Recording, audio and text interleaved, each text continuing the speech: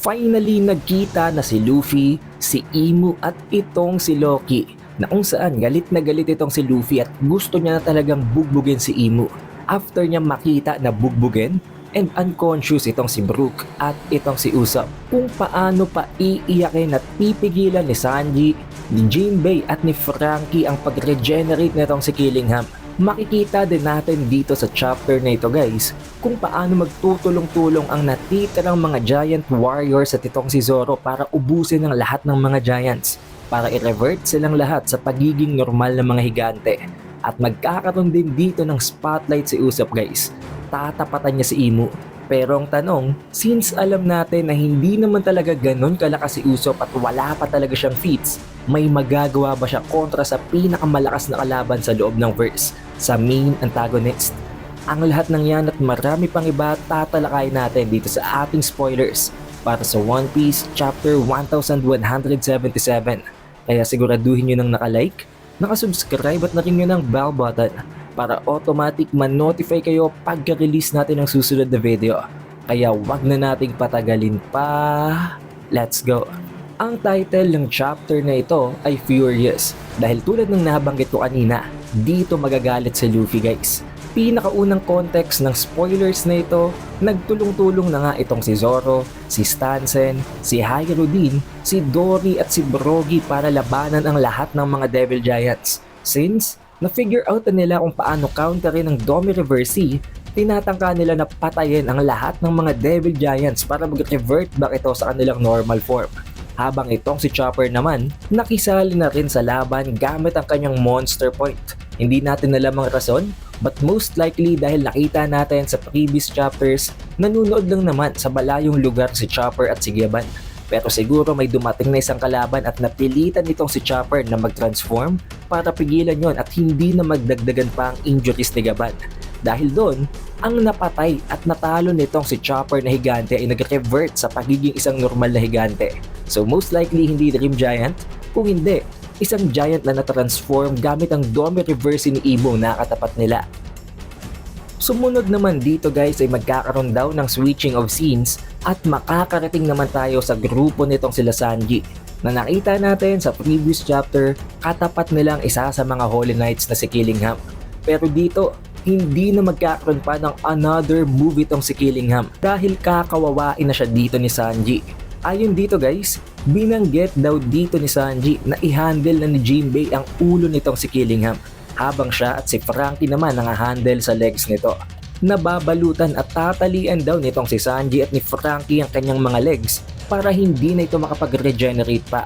Ngayon hindi dito na specify guys kung ano talaga nangyari, but most likely naputol ang ulo dito ni Killingham kaya sinabi dito nitong si Sanji kay Jinbei na siyang humawak sa ulo nito.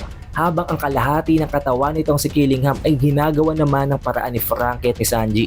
This way, nagpupumilit at umiiyak, sumisigaw daw sa pain and agony itong si Killingham dahil hindi siya makapag-regenerate. Most likely dahil hindi niya makabalik, hindi niya ma-connect ang kanyang naputol na ulo sa kanyang katawan. Kaya kahit na may regeneration capabilities itong si Killingham, hindi niya yun magamit.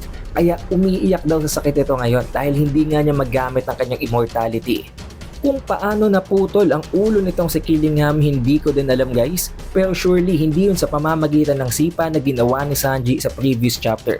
So mataas ang tsansa sa chapter na ito, maglalaban pa ang dalawa at sa susunod na atake ni Sanji matatanggal ang kanyang ulo. At ito na guys ang isa sa pinaka-inaantay nyo, ang redemption nitong si Usopp. Napansin at nakita nitong si Usopp na kalaban ni Brook, itong si Gunko, na as of this particular moment hindi pa nila alam na si Imu na talaga nakasapi dito. Agad na rumesponde itong si Usopp para tulungan nitong si Brook. Habang nagsasalita, nagalit dito kay Imu. At ayon sa spoilers na ito guys, isa itong defining moment nitong si Usopp. So unlike before na patakot-takot itong si Usopp na nakikipag-usap sa mga kalaban, this time sa pinakamalakas at sa main antagonist, taas noo at napakamatapang niya itong sinisigawan. Galit na galit daw dito si Usopp dahil ang Elbaf ay ang Land of the Warriors, pero gumagamit daw ng underhanded tactics ng napakaduduming mga strategies and tricks itong si Imu para lamang matalo sila sa laban. Habang meron daw dito napakahabang speech na of course makikita lang natin guys sa full chapter once na mai-release ng mga panels. Pero hindi lang puro salita dito si Usopp guys. Literally, inatake niya si Imu. Siya ang nag-initiate ng atake. Gumamit ng isang explosion shot itong si Usopp. However, since alam natin na itong pinakamalakas na adversary para sa mga Straw Hats, hindi niya ito matatalo gamit lang yon. At hindi nga man lang sila inatake nitong si Imu.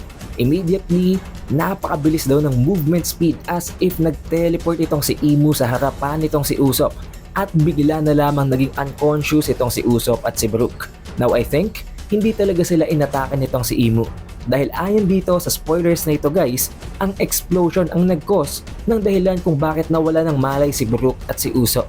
So most likely, after niyang i-launch ang kanyang explosion shot, agad siyang sinalubong ni Imu. Kaya at point blank range, after niyang ma-release ang kanyang atake, mismong sumabog ito sa kanyang harapan na nagpatulog sa kanya at kay Brook, habang itong si Imu napaka-durable, hindi talaga tinablan. At ito na nga guys ang inaantay nyo talaga sa chapter na ito. After mawala ng malay ni Usopp at ni Brook, dito na nakita ni Luffy na walang malay ang kanyang mga crew members habang nandito at nakatayo itong si Gunko. Tulad ng nabanggit ko kanina guys, hindi pa dito alam maging nitong si Luffy na si Imong nasa kanyang harapan. Galit na galit, piko na piko nitong si Luffy. So I think ang inaasahan natin guys na at some point magagalit ang palaging nakangiti at palaging tuwang-tuwa na Warrior of Liberation na itong si Nika. Makikita na natin ito sa chapter na ito.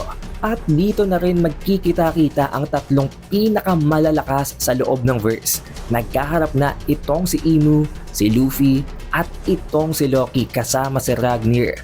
Habang kinakausap at tinatanong nitong si Imong dalawa. Tinanong niya si Nika at itong si Nidhogg na kung hindi daw ito sasanib at kakampi sa kanya, mamamatay silang dalawa. At ang laban sa gitna nilang tatlo ang magdi-divide sa buong mundo.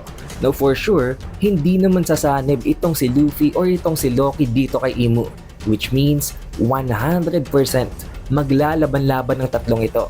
At ang tanong, mau-overpower ba nitong si Nidhogg at ni Nika itong si Imu? Dahil alam naman natin guys, kilala nitong si Imu, si Nika at si Nidhogg. For sure, alam niyang potential ng dalawang ito. Hindi siya basta-basta papalag sa dalawang ito kung alam niya na nasa disadvantage na siya. However, this is where the chapter spoiler ends. But don't worry guys, dahil tulad ng dati, pagdating ng Friday, mai-release natin ang full chapter review. Para ma-notify kayo pagka-release natin ng video na yon, siguraduhin nyo lang na naka-like, naka-subscribe at na-ring yun ang bell button. It is the updated Weeb and I will see you guys on the full chapter review.